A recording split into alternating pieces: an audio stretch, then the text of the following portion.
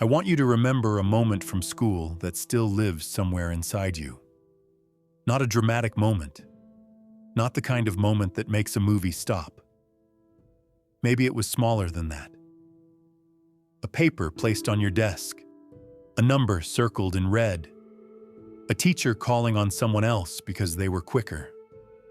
A class laughing because you answered too slowly. Or the quiet feeling of sitting in a room full of children and somehow becoming less visible. Before school, many children are loved in a very personal way. Someone knows what food they like. Someone knows the sound of their laugh. Someone knows the strange questions they ask from the back seat of a car. Then school begins, and a child enters a crowd. A name becomes a line on a roster. A person becomes a student. Sometimes even less than a student. A number, a score, a file, a seat. And slowly, without anyone meaning to be cruel, the child begins to learn an invisible lesson. There is an ideal type of person, and the closer you are to that person, the more you matter. That ideal student is usually good at two things. The first is remembering what was said. The second is giving the right answer fast, especially when numbers are involved. If you are good at memorizing and math, school often sees you quickly.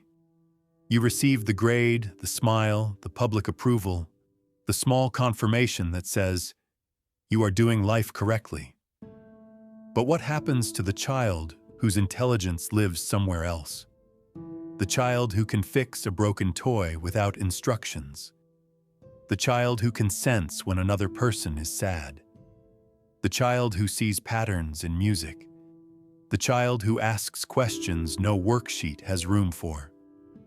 The child who learns by touching, building, moving, arguing, imagining, drawing, or caring. Many of these children do not fail because they have no ability. They fail because the room is only measuring one part of them. And when one part of you is measured every day for 12 years, it is very easy to confuse that measurement with your worth. A child does not say, this system is narrow. A child says, maybe I am narrow. Maybe I am not smart. Maybe I am not enough. That is how a poor self-image begins. Not always from abuse. Sometimes from repeated comparison. Sometimes from being unseen in ordinary ways. Real education does not pour information into people. It ignites their hunger to understand. That sentence should be the heart of this episode. Because a child arrives in the world hungry to understand. Children ask questions because existence is still mysterious to them. Why is the sky blue? Why do people die? Why do adults say one thing and do another? Why does the moon follow the car? But many children learn that the classroom is not built for too many questions. A question can interrupt the schedule. A strange idea can slow the lesson. Curiosity can become inconvenient. So the child learns to perform instead of wonder. And this is not an attack on teachers. Many teachers are compassionate people doing very difficult work inside systems they did not design. Some teachers save lives with one sentence. I remember the kind of story that proves this. A student hates math. He avoids the class whenever he can. One day he misses the lesson. The next time he walks in, the teacher looks at him and says, "You were missed last time." That is it. Nothing poetic, nothing long. But to a child who feels invisible, that sentence can feel like water in a desert. The teacher knows my name. The teacher noticed I was not here. Maybe I exist in this room. Sometimes we imagine that changing a life requires a speech, but often it is much smaller. A teacher sees a student. A parent listens without correcting. An adult says, "I noticed." And a child begins to stand a little straighter. That is the agricultural view of education. The industrial view says, same input, Same process, same output. Same page in every city.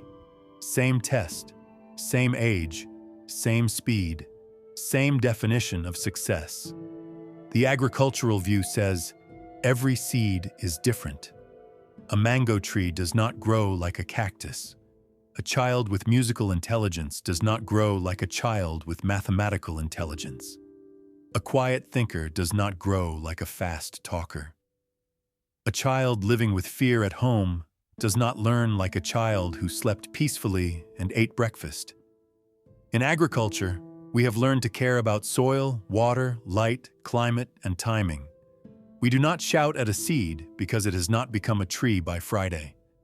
But with children, we are often less patient. There is a place in California called Death Valley. It is famously dry, harsh, and empty-looking.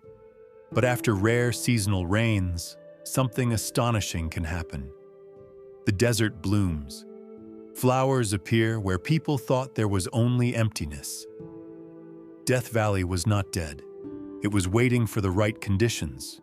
That is the image we need for education. Many children are not dead inside.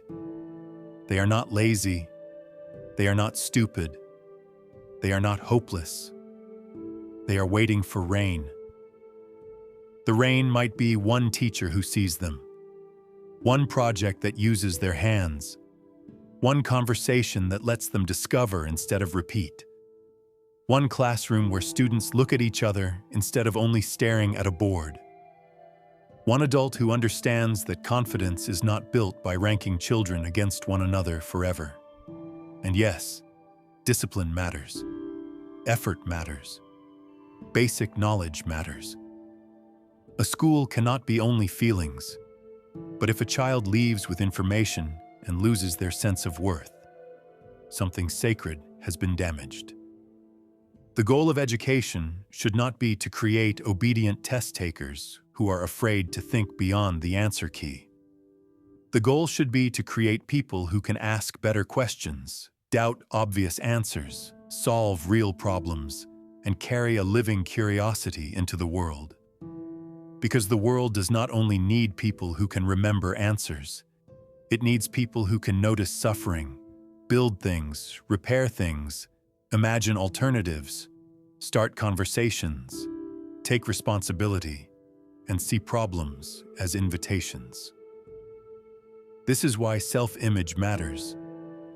A child who believes, "I am not smart," may never try the thing they were born to discover. A child who believes, "I am only valuable when I get an A," may become an adult who cannot rest. A child who believes, "I disappear unless I perform," may spend their whole life begging the world to confirm their existence. So maybe the question is not only, how do we educate children? Maybe the question is, how do we protect the part of them that still believes they are someone? Because school may measure you, but it does not get the final word on you. A score can describe one performance on one day. It cannot describe your entire intelligence. A classroom can notice one part of you. It cannot define the whole of you. A system can miss your gift. But that does not mean the gift is not there. Somewhere inside many adults is still a child sitting in a classroom, believing the wrong conclusion. Maybe that child needs to hear this. You were not less worthy because the room did not know how to see you. Please put in the comments the name of a teacher, mentor, or adult who made you feel seen.